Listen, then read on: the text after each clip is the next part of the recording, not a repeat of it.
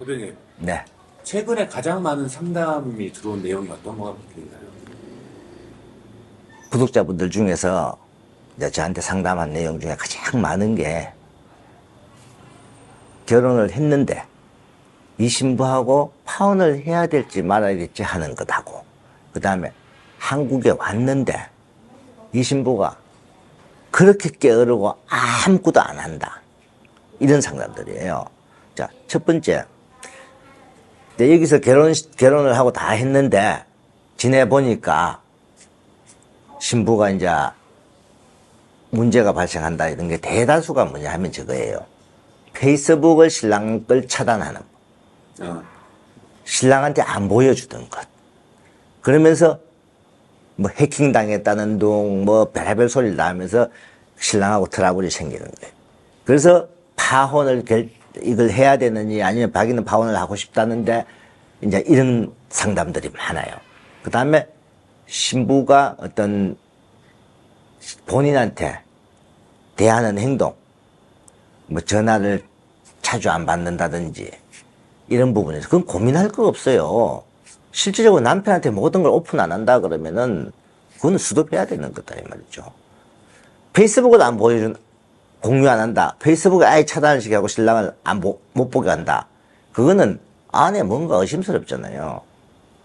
자, 얼마 전에도 우리가 맞선을 이래 보는데 신부한테 본인의 페이스북을, 저 페이스북 휴대폰 안에 페이스북에 이런 걸 좀 보여줄 수 있냐 물었을 때 신부가 못 보여줍니다, 이런 적이 있었어요. 뭐 알겠습니다 하면서 이제 그 신부를 소개한 사람 쪽에다 그런 이야기를 하니까 신부 소개한 사람이 신부한테 물었어. 너 왜 안 보여주려고 하느냐? 그럼 결론은 뭐냐? 다른 남자하고 이거 만나는 게 있는 거예요. 문자를 주고받는 게 있는 거예요, 지금. 그래서 이거 사귀는 거는 아니다. 좀, 그러니까 우리가 말하는 거 썸 탄다, 이 정도일 수도 있어요. 근데 그걸 못 보여준다. 그런 것도 있으면서 왜 그런 말씀 보러 나왔냐고 이제 그랬죠. 그리고 본인이 별거 아닌 것 같으면 당당하게 보여주고, 뭐 그러면 되는데, 이제 이런 거기 때문에 실제적으로 페이스북이나 이런 걸 남편한테 차단시킨다 하면 문제가 있는 신부다. 그래서 그거는 가차없이 신랑이 고민을 할 필요가 없습니다. 일단 뭐 점검이 안 되는 거니까. 예. 근데 요즘 들어서 신랑분들이 막 신부한테 막 점검을 하려고 많이 해요. 그러다 보니까 신부들하고 트러블 생기는 데도 있어요. 예?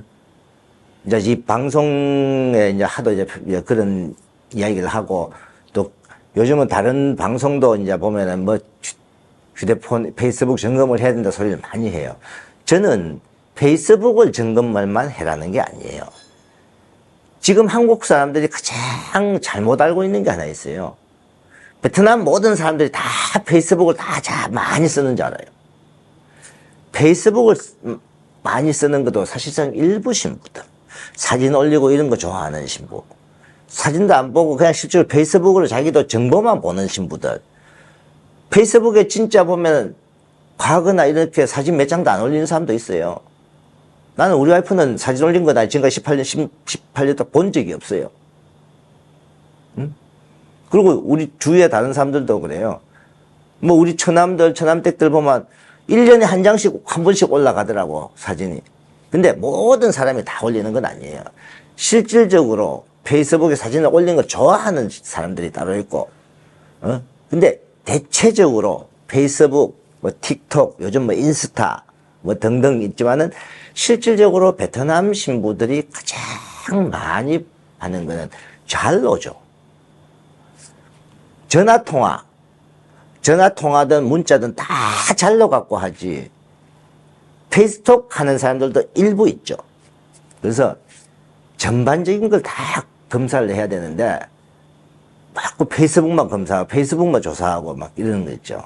그거는 저는 별로 처음에 한번 체크 쭉 해보면은요, 주기적으로 또 체크를 해볼 필요가 없어요. 사실 처음에 체크해보면 이 신부의 모든 게 다 어느 정도 나오는데, 어떤 신랑분은 사장님 뭐 주기적으로 일주일에 한 번씩 체크해봐야 안 됩니까? 이런 말을 해요. 그거는 아니다. 편집증인데 편집. 예. 아니, 신부가 약혼하고 결혼하고 기숙사 들어와 있는데 무슨 그런 게 문제야. 그러고 중간중간 수시로, 이미 페이스북하고는요, 우리들하고 벌써 연결이 돼 있잖아요. 우리 그 통역이라든지 우리 와이프라든지 그러면 수시로 봐요. 우리가 봐요. 굳이 신랑들이 참가 안 해도 신랑들은 자기 와이프의 두 사람 간의 마음을 확인해. 와이프 마음을 얻어야 되고 본인이 와이프를 한테 사랑을 해야 되고 그 와이프가 자기를 좋아하는지 마음을 체크해야 돼. 그 외에 나머지는 회사가 해줘야 되고 신랑이 이것도 체크하고 저것도 체크하려고 하니까 트러블이 생겨. 트러블 생기다 보니 결국은 깨져. 근데 그런 트러블이 생긴다. 그거는 멈춰야 돼요. 그 결혼은. 이제 그 문제가 또 있는 반면에 한국 와서 신부가 입국해서 아무것도 안 한다. 이거 너무 게으르다. 근데 베트남에 있을 때 학교 다니고 학당 다니고 공부할 때는 부지런한 것 같은데요. 공부는 안 하면 떨어지면 한국 못 가니까. 한국 시험 떨어지면 한국을 못 가니까 열심히 할 수밖에 없는 상황이다 보니까 부지런한 것처럼 보이는데 그 이후에는 계속 전화할 때마다 잠만 자고 한국 왔어도 잠만 자고 아무것도 안 하고 신랑 밥도 안 해주고 그러면 그런 것 때문에 이혼하고 가라. 알았어요. 이혼해주면 갈게요. 그럼 뭐 하려고 왔는지. 근데 문제는 자, 이 신부가 한국 오기 전에 이 신랑분이 어느 정도 느꼈단 말이에요. 눈치챘어야죠. 눈치를 어느 정도 아는데 한국어만 잘하겠지 이래갖고 수습을 안 한 거잖아. 충분히 막을 수가 있는데 한국 어떤 구독자분 저한테 상담이 왔어요. 자, 저는 여기서 수습을 했으면 좋겠습니다. 문제는 뭐냐? 신부가 학력도 쏘겠어요. 여러 가지 많이 쏘겠어요. 그러면 멈추십시오. 일단은 처음에 멈추겠다고 해놓고 나중에 사장님한테 제가 뭐 다시 한번 그쪽 업체에서 계속 여자한테 시키는 거예요. 신랑한테 잘못했다 해라, 미안하다 해라. 그러니까 미안하다 하니까 이 신랑분은 다시 한번 해보겠습니다. 그러더라고. 나중에 한국 돌아와도 이런 신부들이 한국 돌아오면 똑같이 그 짝이 나는 거예요. 저희 회사 경험상도 그랬고 파혼을 하려고 하다가 파혼을 안 했잖아요. 파혼 안 한 신부가 한국 와서 신랑하고 절대 잘 못 지내더라 이 말이에요. 그래갖고 이혼을 한 사람도 있다 이 말이에요. 한국 와서 우리가 한국 와서 이혼을 하던 베트남 와서 베트남에 돌아가갖고도 안 올려하고 한 신부가 있었어요. 그 신부들이 다 하나같이 결혼 진행할 때 파혼 얘기가 한 번 나왔던 신부들이다 이 말이에요. 파혼 얘기가 안 나왔던 신부들이 한국 와서 그런 게 없어요. 그래서 여기에서 파혼하자 뭐 서로 이야기가 나왔다가 나중에 잘못했어요 미안했어요 이 신랑들 정이 들어가지고 한국 가면 잘할 것 같으니까. 근데 얼마 전에 저한테 이런 분도 한 분 있었어요. 이제 소개받고 만나지도 않았는데 한 2주 정도 문자 주고받은데 그 신부가 문제점이 발견됐는데 주위에 다른 사람 다 그만두라 하는데 사장님 생각 나도 그만두세요 했는데 사장님 내가 정이 들어갔고요. 만나지도 않고 문자 한 대 정이 들었다 하면서 국제결혼은 한국 도착하기 전까지는요 무조건 내 와이프라고 생각하지 하면 안 돼요. 이제 한 여성을 소개받았고 여성을 확인하고 가는 과정이라고 생각해야 돼요. 그래서 아닐 경우는 가차없이 수독을 하고 근데 자꾸 내 와이프고 내가 정이 들었고 이걸 따지니까 한국 와서 당하는 거예요 신랑들이. 여기서만 제대로 점검한다 그러면요 한국 와서 절대 잘못된 경우 없습니다. 그래서 본인들이 고민을 할 때 저한테 상담할 때 첫 마디가 뭔지 압니까?